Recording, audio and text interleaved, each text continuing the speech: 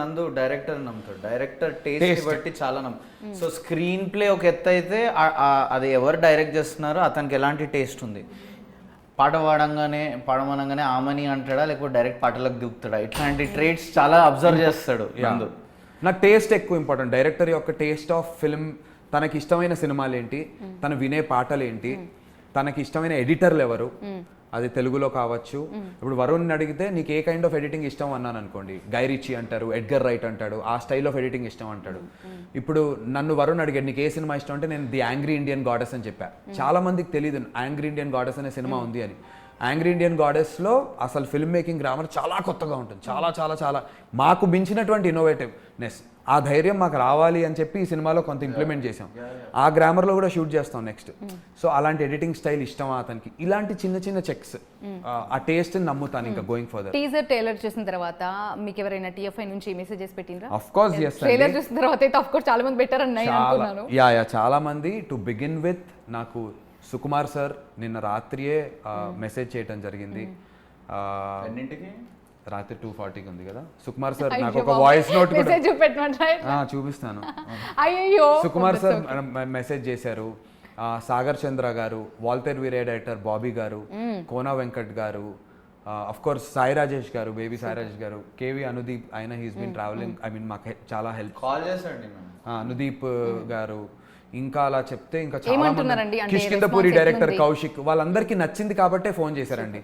ఒకటే చెప్తున్నారు, తమ్ముడు చాలా నువ్వు మంచి సినిమా తీసావని తెలుస్తోందరా, నీకోసం మేము నుంచుంటాం, నీ టీం కోసం మేము నుంచుంటాం, నీకేం కావాలో చెప్పు అంటారు.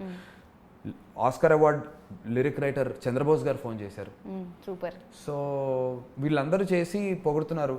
ఆ లిరిక్స్ ఎంత కొత్తగా రాశారు నాన్న, ఇలాంటి లిరిక్స్ బ్లూ ఎల్లో కలిసాయంటే గ్రీన్ వస్తుంది అని ఒక సాంగ్ వరుణ్ ఇంకా మా లైన్ ప్రొడ్యూసర్ రోహిత్ మక్కపాటి రాశాడు. డెబ్యూటెంట్ లిరిక్ రైటర్స్ అండి. రోహిత్ మక్కపాటి అనే అతను ఈజ్ అన్ ఆర్కిటెక్ట్. అతను లిరిక్స్ రాశాడు వరుణ్తో సహా, వీళ్ళిద్దరు కలిసి. దాని గురించి ఒక Oscar award winning lyric writer Chandrabose garu phone చేసి ఇలా కూడా ఆలోచించచ్చా, లిరిక్స్ని ఇలా కూడా రాయొచ్చా అని నాకే ఇన్స్పైరింగ్. అసలు ఆ మాటలు నేను వింటూ అసలు నాకు ఏడుపు వస్తుంది. నేను ఇలా ఫోన్ ఇలా పెట్టుకున్నా, సార్ నాకు వినయం, ఐ మీన్ నేను బయట గౌరవం, నాకు ఇక్కడ బయట ఎక్కడా ఉన్నాను స్టూడియోలో కింద ఫస్ట్ ఫ్లోర్. నేను ఇలా sir thank you sir, thank you, me blessings ఇవ్వాలి సార్, వస్తాను కలుస్తాను ఇలా అంటూ నా ఫోన్ పెట్టుకున్నాను. అబ్బా ఆ ఇంపాక్ట్. సో ఇదంతా నాకు జీవితంలో మొట్టమొదటిసారి జరుగుతుంది. చాలా చాలా. వంశీ నందిపాటి గారు మెసేజ్ చేశారు నాకు, నందు ఈసారి గోల్ మిస్ అవ్వదు, చాలా బాగుంది ట్రైలర్ అని చెప్పి. సూపర్.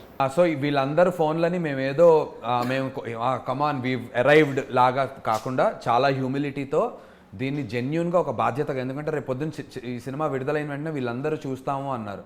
వీళ్ళందరూ పొగిడేసిన తర్వాత ఆ కమాన్ మేము కాలర్లు ఎగిరేసాక వాళ్ళ ఎక్స్పెక్టేషన్స్కి రీచ్ అవ్వాలి అనేటువంటి ఒక బాధ్యత ఉంది.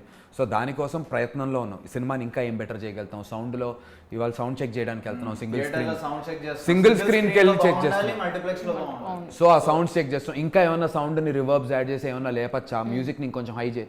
సో ఓన్లీ టు డెలివర్ వాళ్ళ ఎక్స్పెక్టేషన్స్కి ఏం చేయాలో అవి చేయడం కోసం ఆ పనిలో ఉన్నాం తప్ప వీటిని బ్లెస్సింగ్స్ కిందే కౌంట్ చేసి హ్యూమిలిటీతో కూర్చుని ఉన్నాం.